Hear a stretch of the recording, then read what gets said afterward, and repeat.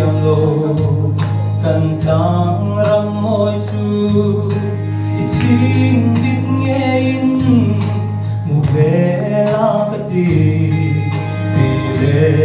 usul do par môi tin vul na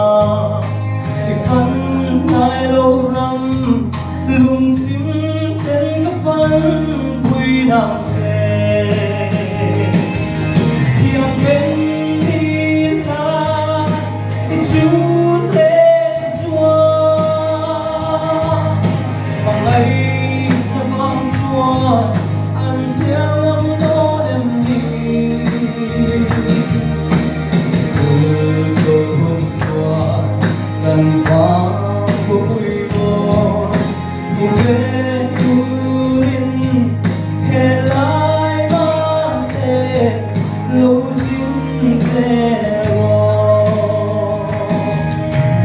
lâu dính xua nè cần vang của bông tu nào bắt par môi ver kia sẽ ngã sang môi lệ mê chặt vang kia các chiếc tươi như bồn ăn hết lúc đó em sẽ xin thiệp đến đi là chút lệ xua mà ngày đã vang xua ăn tiếng âm đón em đi rồi buồn xóa cần vang của bụi mờ một vết turin hè lại mang tên lâu dính zero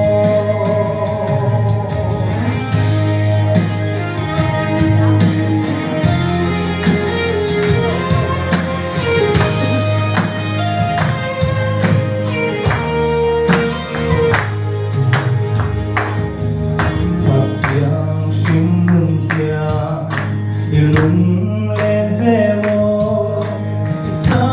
mê lô min xây trôi ra lên dùng tiền cần đúng lô lôi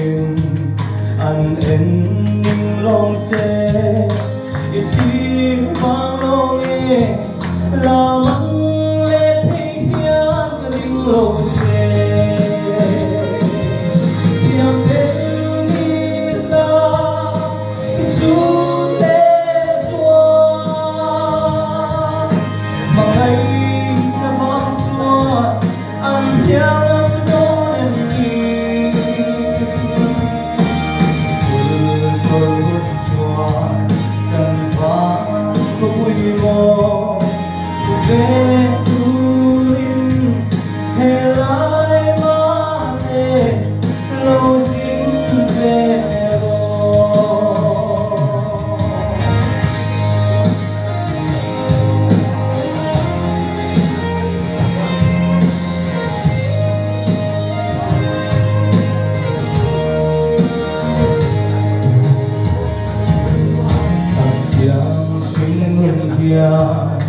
ilung lên về mô